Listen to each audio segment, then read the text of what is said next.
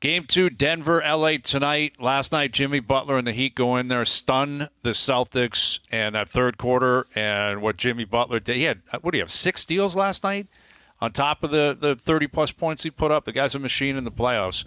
And to chat about it, we're joined now by play-by-play with the NBA on ESPN. He's out in Denver. Here is Marc Kestecher. How you doing, Mark? Gentlemen, good afternoon. I wish I could be so bold as Kevin Harlan when he went Jimmy friggin' Butler during the broadcast last night. I had PJ next to me who somehow doesn't use an F-bomb when the red light is on, which is remarkable because when it goes off, he uses it for about 18 different adjectives.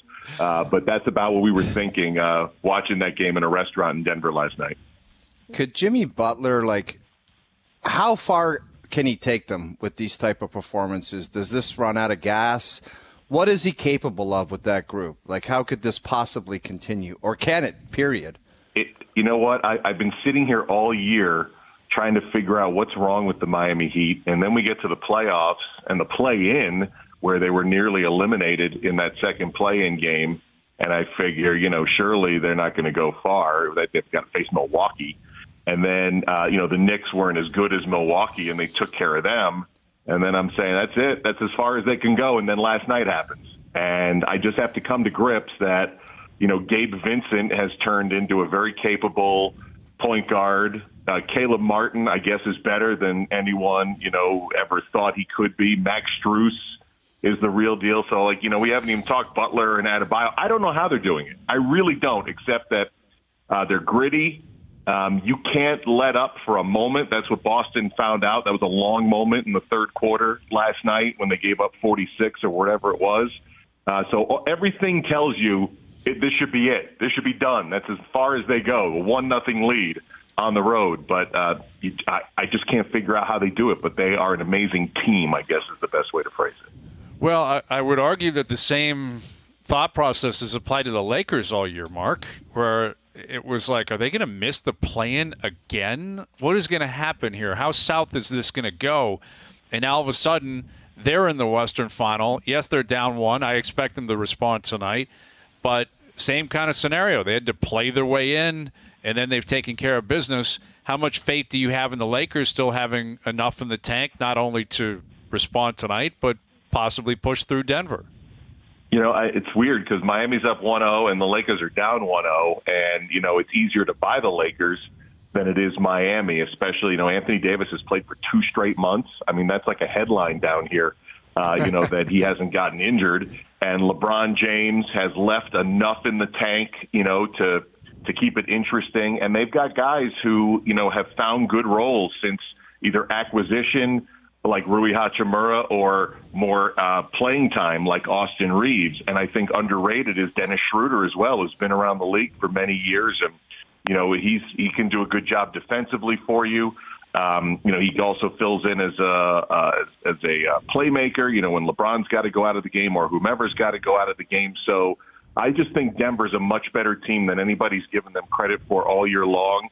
I'm fascinated to see what the Lakers come out with tonight. I mean, if you look at just the second half alone, they outscored Denver, and, the Nuggets had to, make a couple of key baskets, a couple of big plays, hit a couple of contested threes just to keep from blowing a 21-point lead. So the Lakers are eminently capable of getting the road split before going home. But I just think Denver is a lot better than, people have realized, even though they're the number 1 seed in the West. I think they'll be prepared for whatever adjustment the Lakers are going to make, and I think we already saw some of that at the end of Game 1.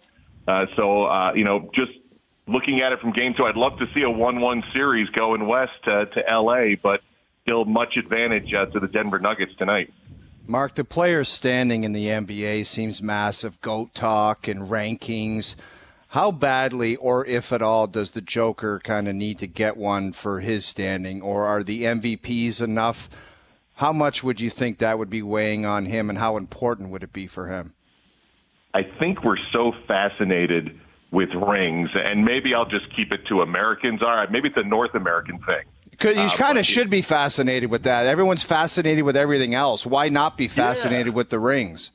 but really fascinated because, in the NFL, you always think of Dan Marino, one of the greatest quarterbacks ever, number one. Jim Kelly had 4 great shots in Buffalo and never won. And it's always a stain. It feels like a stain. Charles Barkley, who got an MVP and had a, Hall of Fame career, but never won. Like, you just want to get that one so you can just throw it out there. I mean, he's already Jokic putting himself, in this pantheon of this age among these 3 great centers that are playing right now that, he's probably the best of them all. And, Giannis has already won 2 MVPs. And, we know what happened with Embiid and the regular season MVP and the team flame out in the playoffs. But, as good as he is, and he's different, right? Because he can do everything, seemingly. He doesn't look like a great athlete, but he can run for 40 minutes in an NBA game. And, it seems like he's got 7 eyes around his head and can find the open guy when the double team comes.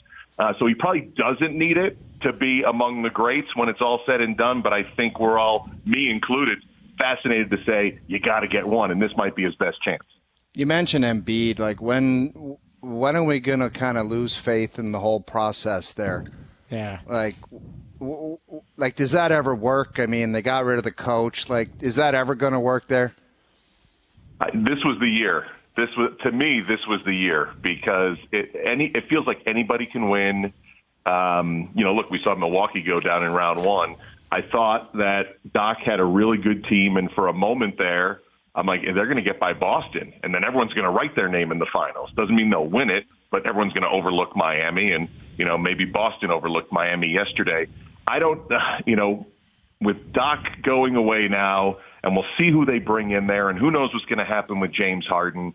One guy can't win it all. You got to have a good team, and I thought this was the year that Harden maybe would come through. We saw those 2 40-point games in the Boston series, and then we also saw where he just kind of disappeared. And Maxi's coming into his own, and I thought they had some good role players there. So I thought this was it.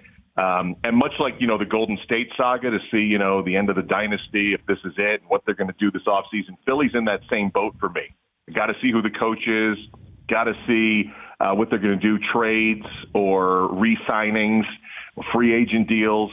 But it just feels like they've moved, just in the last week, that they've moved farther away. Like they had this opportunity and maybe they lost it.